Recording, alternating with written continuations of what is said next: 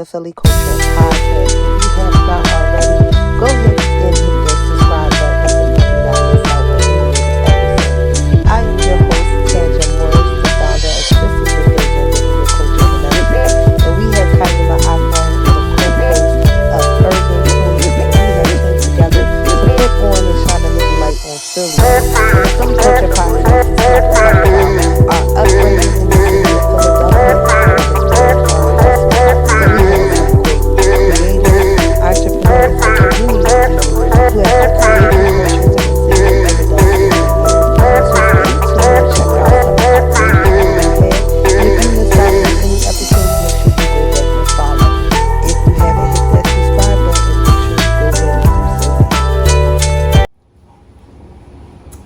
Okay, guys, we are back live for another episode of the Philly Culture Podcast, and y'all already know I am Tanja Morris, the founder of Sisters with the Agenda, your Philly Culture connection, and the co-host to the Philly Culture Podcast, and I'm here with my co-host. Yes, hey y'all, it's me, Kai Akbar, owner, creator of Urban Queens, as you know, and we are here with our special guest in his beautiful art studio. Please introduce yourself. I'm Cheo Sunday. That was a nice. Speak No, up. my bad. That was a nice introduction. Like my beautiful art studio. Yes, Like, yes. now I'm all blushing and I'm stuff impressed. like that. Yes, thank you for inviting us. Do you have a name for your studio? No, There's no name? just here. Just here. But we are blessed to be here because I love the studio. I saw it in the picture. I'm like, okay. Thank Part you. of what we do at the Philly Culture Podcast is also just highlighting different places across the city. So y'all might see us at every little nook and cranny because we gotta let y'all know what's really happening in the city of Philly. So introduce yourself. Let them know who you are and all the great things you got going on. All right. Well, I'm Cheo Sunday. I'm a visual artist. I do murals. I got a fair amount of murals throughout the city. Okay. I've done a lot of different things: wardrobe styling, fashion design. I've been a youth advocate. I've done a fair amount of things. Okay. I never like talking because I feel like it's like. You can talk about yourself. No, but it's That's what I it always is. Talk feel about yourself. Okay, Because you like to talk. All right, but, okay. Just ask the questions. I'm gonna answer accordingly. Tell us about your upbringing. Tell us about where you from in Philly and how your upbringing here shaped your hustle and how Okay. you got into We also like to it. know like what generation Yeah, you from. All right. Generations and part of cities play It's like a that. big Okay. right. So I'm originally from '80s North Philly. Okay. Alright. I'm right with you. Okay. Early '80s North Philly. Early We 80s talked. We North talked Philly. early. If we say I'm the Okay. class of 2000, you Yeah. was the class of 99. So Okay. we right there. We the right same. there, You're right. I forgot. Y'all No, the same. she. No, I We forgot. right It's there. her. Yeah, I'm yeah. the 80s. Yeah. Okay. But like I no, got like you. so like I'm from There you go. early '80s North Philly. Then we moved up Uptown. Okay. Then I moved back to North Philly, back uptown, West Philly. So I've been all over the place. Okay. I'm like a regional mutt. No. No? What part of Philly did you spend the most time in? Germantown. Possibly uptown. Uptown. What high school would you say you went to? So I went to Germantown for my senior year, but I actually went to a school called Saul. Y'all know Oh, Saul? yeah, we know Saul. The best The experience. farm. No, Yeah. the best experience of my life. Yeah. Okay. So tell us a little bit about your upbringing. What was the 80s North Philly uptown for you? Because, my experience was a little different. Her experience of North Philly was a little different. So what was it like for you? What parts of the culture stuck out to you, kind of shaped you as the man that you are? So honestly, early rap, early street culture. I'm an artist now, so all the graffiti that I seen early was shaping who I became as an artist, even when I didn't understand it. Right. Values, core beliefs, things that I needed to stay away from because I was introduced to the drug era early, and I said that's not going to be It me. was popping. So I was like, that's not going to North be me. Philly, right. You know what I'm saying? So Right. like those things like stuck with me very early in life and literally probably shaped my hustle, my drive, my cautious experiences. Be cautious. And like as an artist, like I tell people all the time, like Philadelphia is like really like a place that has art almost. Definitely. None other place. Yeah. on various levels. Really. It's funny that you say graffiti because my son is 6 years old. So as we are driving through the city, that's one of the things like he Oh, points really? out. I don't know if he's going to be Right, an artist. His right. grandfather is an artist. You know, my brother is into the skateboard world, so you know that plays a part into I it. skateboard. I sold a couple pieces. You got another one back there too. Because that's when you say graffiti, that's what I always think of the skateboard parks and stuff like that. You know, the underground. And he does fashion too. But you talked about some of the early artists, music. Right. So who are some of those people? Because as I'm building this as we're building this platform, I'm always thinking of different music, and I always go to Meek Mills or State Property because that's who I know. Our time. I mean, that was after our time, right? So That was for after you, us. who were some of those early music Philadelphians? So real quick, just because of some of the people that you mentioned, we actually did, me and my business partner I do murals with, we actually styled a few of those music videos. Oh, Seagull, Freeway. I'll show you the pictures a little bit later. Yeah, a lot Yeah, you of want to stuff send it to us so we No, can no, drop it for a you. lot They of stuff. property come up so much Yeah. in the Philly No, culture. I mean, It's a big no, part of the how could it not? Like, Right, it's a definitely big the deal. staple, especially when we was coming up, because they were Yeah. like just coming out. I tell Taylor all the time, like I remember these guys. I worked at Dr. Denham down South Yeah. Philly, so know I mean that's the only. I knew, Dr. no, Denham I City. knew all the people from the net. I I was one of them girls. I cried when Wendy died. Right, When yeah. Wendy died. Oh, right, okay. I knew Wendy. Like, so just seeing them in like more of an intimate setting and kind of like growing into who they are, you know, Yeah. now. That's a good. For That's sure. a big story. Like It it's like definitely when you is. see things, when you see the beginning of a movement. Mm-hmm. Like to me, that's like a Pivotal, big, right? It's a big deal. It It's a big definitely deal. is. I remember Freeway riding through my block in a Chevy, like bump, like you know the loud music how they used to do, like daily, remember not Chrissy like Lee. once every while. I remember Kristen Eve used to hang in this bar that's now closed on Wing of Wing and Hackett, right on the corner. Yeah, absolutely. Yep. They used to be in the bar all the time. I'm like, why are they in the bar? Listen. Well, we didn't see Miss Jade like that, but we knew she was from. I felt like those people still used to play. I mean, of course, Philly, the atmosphere was a little bit different back then as far as like with just like the violence. It was there, but it wasn't as relevant. So those people that we consider, you know, local celebrities, they still used to play in neighborhoods. You could run into them, you know, and see them and things like that. So. Yeah. No, I understood. I get it. You I know, get it. how did that play a part for you? And what, Well, you know, so what you that had was going that on? was later because at that time I was in my 20s. Okay. But to your earlier question, like my first introduction into like that lifestyle, like rap and like street style and stuff like that, was stuff like like I said, I'm a little bit older, so I'm thinking of like people like KRS-One Okay. and like Boogie Down Productions. You Like ain't that old now. I'm 42 years old. Like, it's Come like, no, I was listening to rap then. So Okay. there was stuff like that, and I was into Okay. graffiti, and I was seeing these things like. So Right, I'm from okay. 11th and Westmoreland, so seeing like all my old they was breakdancing. Sorry, you're from and- Love, Indiana. Okay. Mm-hmm. So they breakdanced. Right. They had shell tops with no Carmen's- laces because Carmen's of skating rink, Carmen's. No, all I that. lived in, On the block. That was my first Yeah, bus stop. right. Carmen's was my first bus For the stop. 23. Yeah. I used to have to go uptown to my mom to my grandma's house, and that's where I used to catch that's where I used to get the bus at right there. Okay. I just showed my daughter that the other day. Did It's crazy. you? It's nostalgic for us. She today. knows They nothing. had absolutely But no, like seeing those nothing. things it was like a real refreshing time because like I guess I wouldn't have known no different at that time, but it was like right off of the 70s apparently. Right. And it was a whole different type of time period. Right. But like everything that came about that was obviously things that are very prevalent today. Rap music, art is where it's at. But a lot of that street culture had came literally from hip hop. It was like rap music obviously is the biggest form of music probably right now, hip hop, Absolutely. and what its influence is.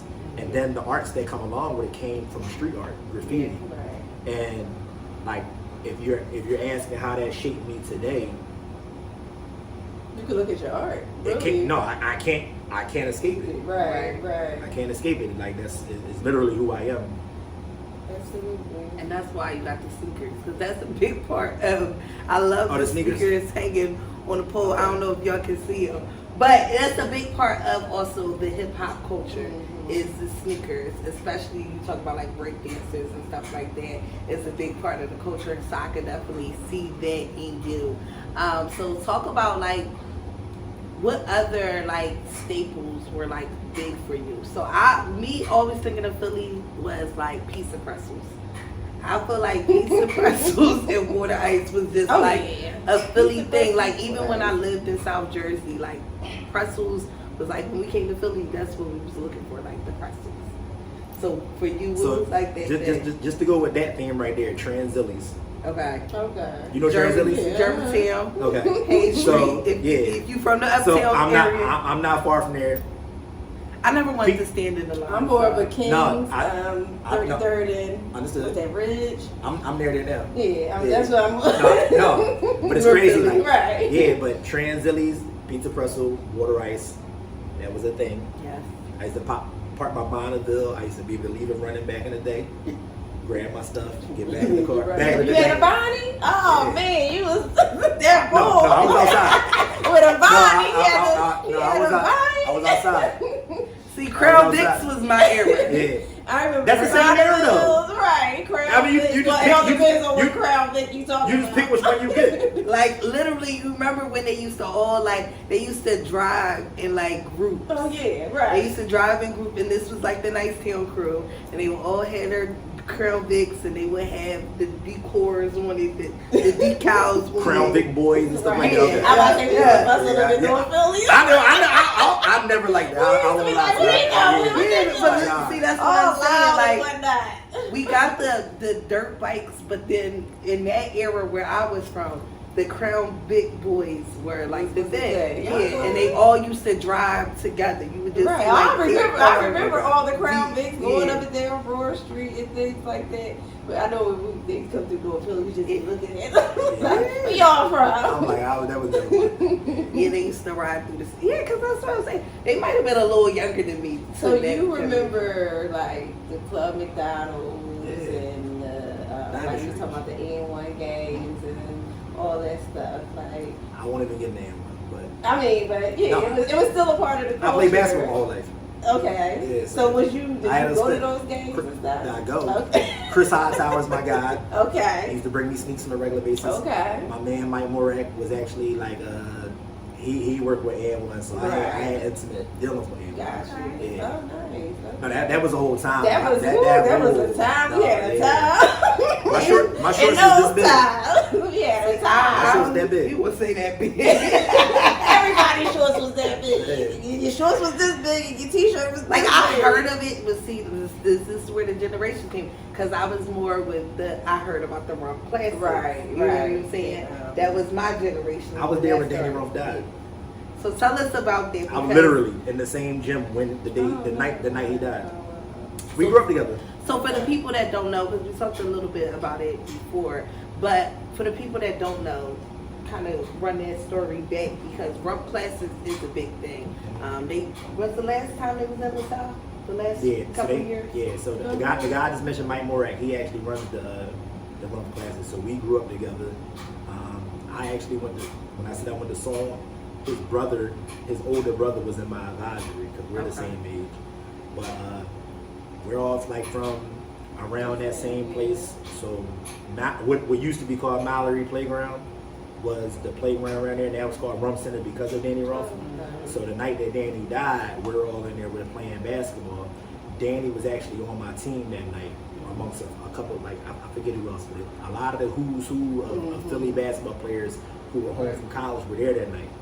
And when he died, we all went to Einstein. So we called the people that we need to call. They came. They tried to revive him. We're there. I can show you the spot. Like if we were there right now, I can show you the exact spot that where he died. Right. Yo, it was outside or No, we inside? were inside. We were inside. Okay. Yeah. But like we had been playing basketball together since we were probably like I'm a year older than him, so at least 12 years old. You know what I mean? So like we used to race to get Jordans together because like you said the sneaks. So if he got some Jordans before me, I'd be like, he got me. If I got some Jordans before him, When we You were got older, him, no, right. I might have felt a little bit better because he was getting them. Yeah. You know what I mean? But it was like, Well, rest in peace. no, that's my Right, absolutely. If I don't know even want to mention it, I'd have bought out my Danny Rumph sneakers. See, and the thing about it is, I didn't never know the story behind it. I Right. just knew Rumph Classic. That was the basketball thing. Growing up in Mount Airy, that was the thing that everybody went to, and then also the Brickyard games. I don't know if you went to the Big Girl. I used to play back in the Hollow too. Yeah, see, Hollow. I used to be back in Brickyard still. Were you there the year Mike Jones came? No. Okay. Mike Jones. Mike, yes. He came to one of the Hollow games back that way. But yeah, the Hood have games back there. That was all my era. I always heard about them. So I you got later what I than me, did. because when I played back the Hollow, we're talking like 2000, 2001. Oh, yeah, no, I'm later. Yeah. He was still in middle school. Nah, I don't even know if I was in At the that game. point. Yeah, I was in my early 20s at that point. So what brought you to the art? Like, how did you get into this art? So I always secretly did art. Okay. Why you say secretly? Well, not secretly. Though. I was never hiding it. Okay, but but it just I wasn't- played basketball all my life, and that's what I Okay. cared more about. Okay. And art was stuff I did on a rainy day. Okay. Like when- So I'm when- like, when- wow, when- why? These Yeah. talented black Oh my men. God. So what ended up happening? I think I mentioned my man. I mention him every time. Like it's never a time where I've been on camera where I don't mention this man. But my man Don Scott. Now you met him when we met. Yep. And what happened was like we had met. We were introduced by a friend of mine, Atif Hines. And what happened? I started. He was just a great person immediately. And at the time, he was designing clothes. And well, he started designing clothes a few years later, and I was buying clothes from him, and I was going to him to get clothes made, and he was doing custom stuff. Okay. And I would ask, I would get stuff that I wanted made, and then people would see it. He just extended himself to me, saying like, "Yo, people like this. You should try this." So that's how we started making clothes together. Fast forward, that painting right there and that painting are both paintings that he painted. Okay. Yeah, I saw his name on the bottom. of That's it. the first Okay, painting I ever bought in my that's life. That's the second painting I ever bought in my life. That's a dope painting. Who was No. it up? Jean-Michel Basquiat. Oh, okay. So yeah, so I had to have it. I couldn't see my life without it. I thought that was Jay-Z now. No, no. Look, the girl who had the party, the little girl who had the party, I was like, she's like, who's that? I was like, oh, it's Jay-Z. It's Beyonce's husband. She probably don't know Jay-Z if she's 6. It's Right, Beyonce's husband. husband. But yeah, he's like family at this point. So I remember him sending him a picture of my daughter and a painting that I wasn't going to show the world. I wasn't going to show anybody that I painted. And I had a painting that I painted in the back. He said, "Who painted that?" Because at the time, all the paintings I had, I'm 3 paintings deep with him. Right. And he's like, "Who painted that?" I was like, "Oh, I painted that." He's like, "Yo, you gotta show people." And that's how I got on social media, and that's how everything went. And literally, I started selling paintings. It's the craziest thing in the world to me. Crazy. Your concepts is so different. No. So I know when we talked, we actually met at the Artist Basil. Shout out to Rob for putting that together. It wasn't the Artist Basil. What was it called? The Dream. It was the Martin Luther King Day dream. See now I forgot. You made me forget. Shout out to you. Right. No, but Rob, no, I 100% appreciate Rob. He's a great dude. I actually met Rob a long time ago, before that time, when I had my art show at that same place. Okay. I was breaking down my art show, and I had seen him outside. That's how I met him.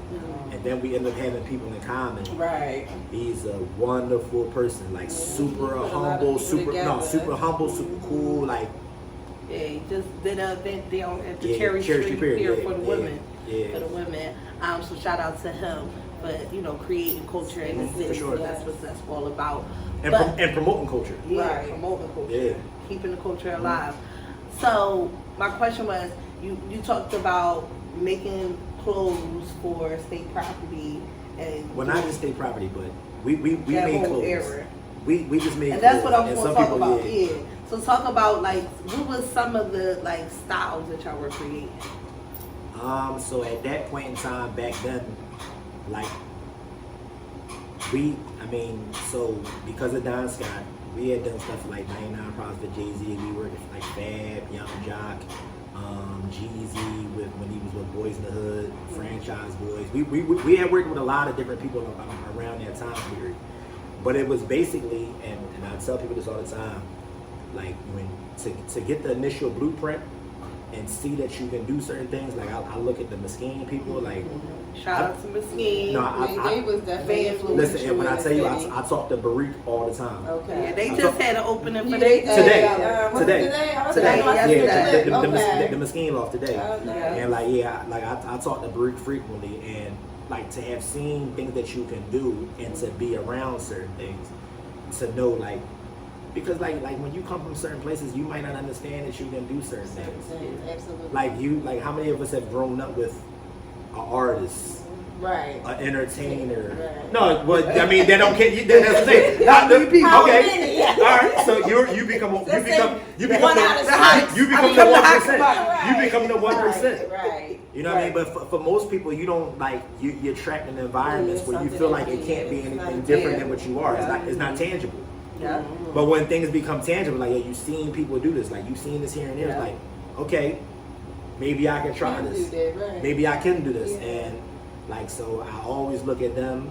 My man Kareem, I don't know if you remember my man Kareem from Freak Ugly, but he was somebody I seen doing clothes when we were like, he's a little bit older than me, but when I was young, like, you really made that. Right. Like that's tangible. Like I can see this. Like you made that. Like all I knew was Ralph Lauren going to Bloomingdale's. Right. Like I knew stuff like that, and to see people who were the same as me from the same places as me doing profound things, it's like, okay, I can do that too. And that's one of the things like I try to push forward too. Is like, why can't you do that? Right. And that's why I love Philly.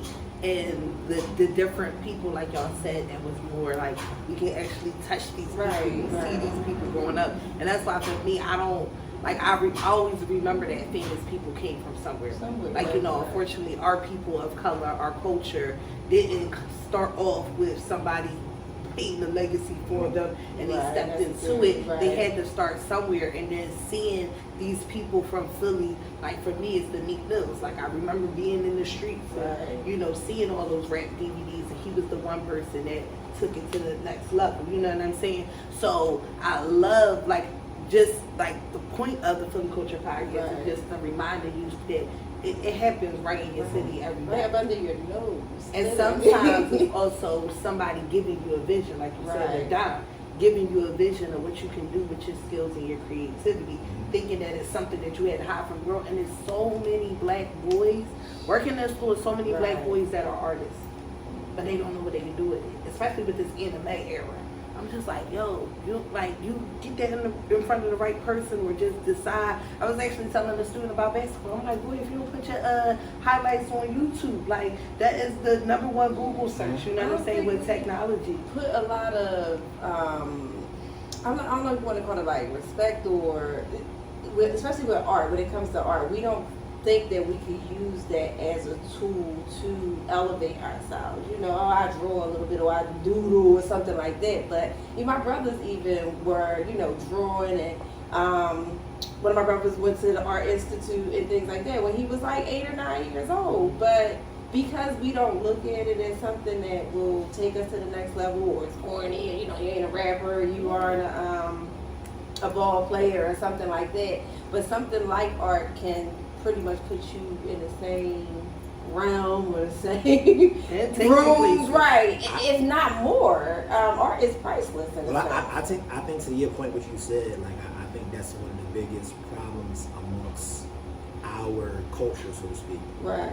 Is that it's perceived that there's a certain path that you have to take to make it a certain place.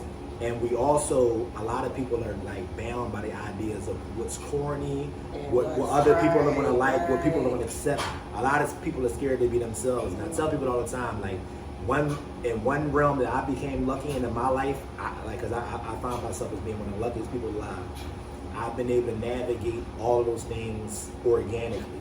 So I'm from certain places where I've done the same things as other people, but I've also had certain interests, and I've always been in a place where I can always be myself. But what I understand is, because I actually work in mental health too, part-time, with adolescents, and what I've learned is that's not an easy thing to do. And certain people who are dealing with anxieties, and certain people that are dealing with the idea of how people are going to look at them on any level, on any level, and like that's part of the thing that I always try to do is let people know what they can do, and that they can always be themselves, and a whole lot of different things, because though it happened for me organically, and it kind of fell on my lap, and that's why I say I'm lucky. It's not that easy for other people, but I think like what you guys are doing, like the idea that you can show people that it's other people who probably present like you, who have done certain things, and now you can hear the story behind it and where that can go. Because a lot of people don't, like, until we've seen it. You don't believe it. How can you? Especially with social media, because all you see is the image, and that's why I'm like, the story behind the image is so much more powerful, because then you get to get a little bit of the journey of what it took or how they navigated certain spaces. Talking to you today or other guests today about, you know, just your upbringing and being able to connect and get into the right spaces with the right people. Like you said, that luck that you had, which was already written out for you. It wasn't lucky. It was already just written in your head. The reason I say luck is because, like if we would talk about a lottery, right? It's not a lot of people who are going to be in certain situations where you're going to have the tools inherently to navigate life.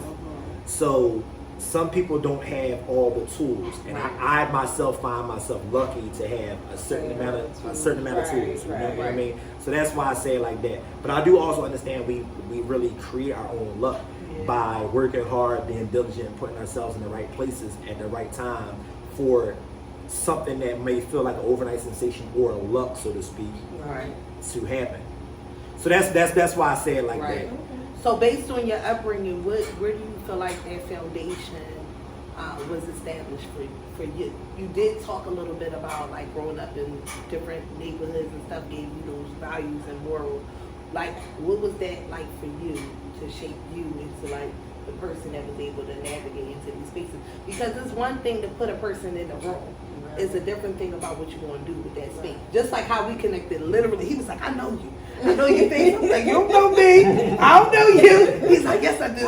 And then the conversation just went from there. You get what I'm saying? So for you, what do you think? And I feel like I met you. I feel like I know you my whole life. Like just on a small. No, that literally. It's decent. No, but honestly, like when I think of it like that, like, and I tell people this all the time, like it's my mother. So like my relationship with my mother, like I'm a product of a single child household. I mean, single mother. I'm sorry, but like but like I knew my father. Like he was in my life at times, but my mother never made me feel like I couldn't do things. Like, so if I wanted to be an artist, like when I was drawing, she bought me a sketchbook. I play basketball, she bought my sneakers, she put me here. I want to do this, she put me there. Everything, it was never something that she told me I couldn't do. And I tell you, like I was telling you earlier, like it's people who see my relationship with my mom, and like it's crazy because like we had actually thought about like doing a podcast together ourselves, and she really like even when I started doing clothes, like she was buying clothes off me that I would have made free for her at full price.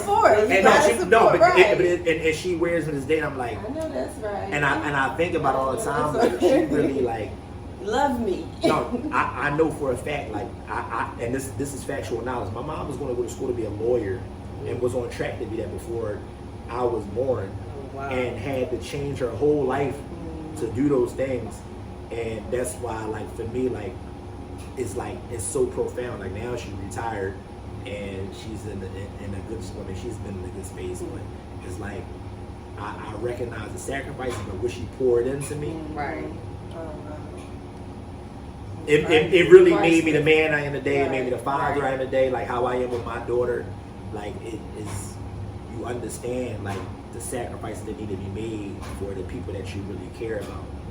You know what I mean? And it doesn't just end with the people I'm really close with, and that's part of the reason I still work with the youth, and I want to do more because like some people need a little bit more than what they're getting. If they see certain things, they can have a different understanding and where it could go from there for certain people. Because support is a big thing. Yeah, support is definitely a big thing, and we appreciate you supporting the Philly Culture Podcast. I'm glad I'm I'm happy. Like I'm like when you ask me, I'm like, what? When? Thank you. Like when? Yes, well, we appreciate you. I appreciate that. Just letting us in your space. I'm like, Right. you know, your artwork is just so amazing, and I'm just grateful to be in this space. I'm just like, I need to come and hang out. You know, just have a jam session. You know, after I drop this baby, I can just come and hang out in this space. Have fun. After you drop the baby and you're done breast like nursing, no. Then we can have a drink. Okay, all right, maybe. Okay, no, there's no pressure. I just want you to know you're more than welcome. Yes, I loved it. That's why I'm like, no, can we record in the studio? I'm like, because this is, like, you just was taking pictures, and I'm just like, the inspiration, it was just like so inspiring, and I need people to see, you know, see the beauty of what you are able to create. So I appreciate you. So what can we expect for you next? What's coming out? What are you working on? All right, so I'm actually working on okay, so you probably can't see everything because they're not going to be able to see everything. Well, they can't see some of the stuff, but I'm working on a collection for art show that I want to put together, another group art show. I got a couple murals that are going to be up soon in the city. A few of them aren't going to be places that you could just go inside and see. Okay. Because they're private. They're private areas. But yeah, just working on new things. I'm trying to get back into, producing streetwear. Okay. So it's just like getting my ducks in a row so I could go to the next step in my creative expression.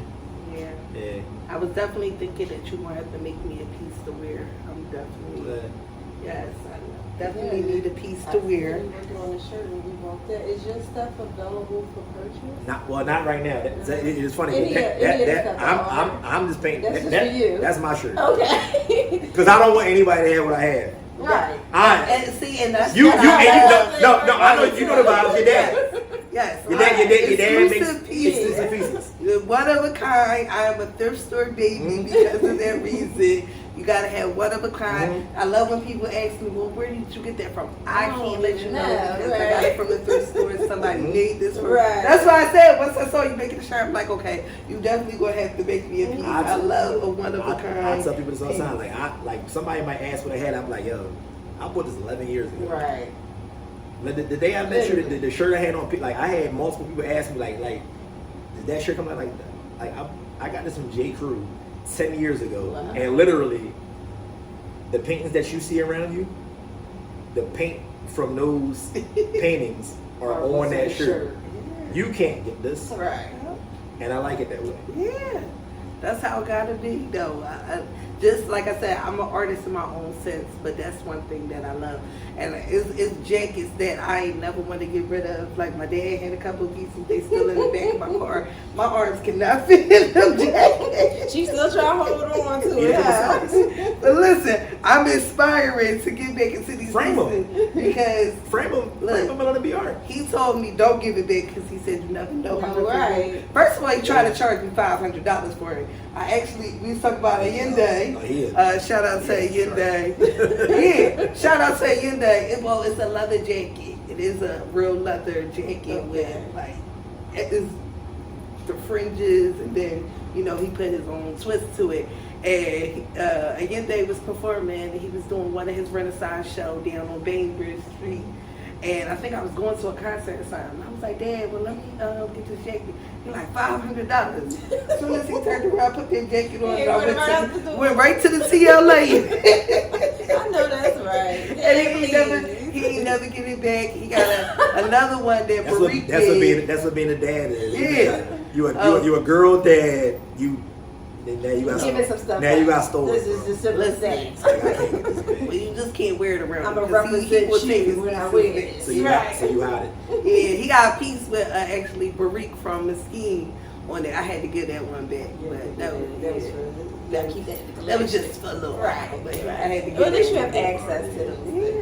Yeah. So your daughter is well set up for success.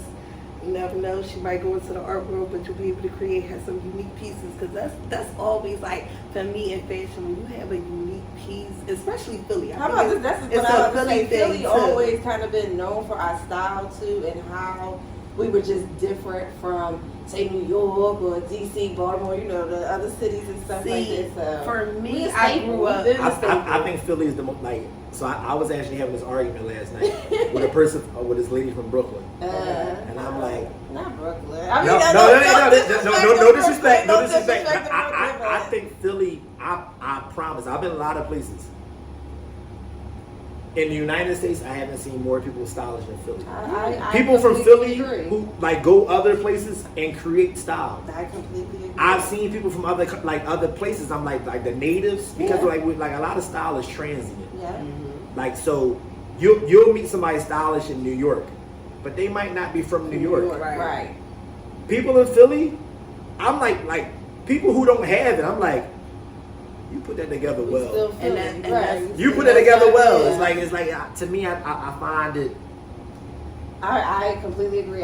From somebody that's traveled, you know, from East Coast, West Coast, stuff like that. Like it's been times where I've been in places and I see somebody and I just be like, there's just something about them. And once we connect, you from Philly? Oh yeah, I'm from Philly. So it'd be like, mind blowing. That happened to me in Chicago. Yes. That happened to me in Chicago, and I didn't pay for anything that whole Yeah, I've like, done yo, this it. is I've crazy. done it a number of times. Going down south, I've traveled down south mostly a lot of my life, and you can always just tell. I put it like that. You can always just that tell. Philly swag, that Philly hustle It's definitely a thing. Philly. Thank you all for tuning into the Philly Culture Podcast. Thank you again for having us. We appreciate being here. This is where we talk about our upbringing in the city of Philly and how it has birthed our hustle. We are just trying to shine light on all of the creators, entrepreneurs here in the city of Philly that is keeping culture here in the city of Philly. You can find us on all streaming platforms. Make sure you go follow our Instagram page, Philly Culture Podcast, and just stay tuned for all our episodes. Season 1 is not over yet. We have some more guests coming. So thank you all for tuning in and have a great day, everybody. This was fun.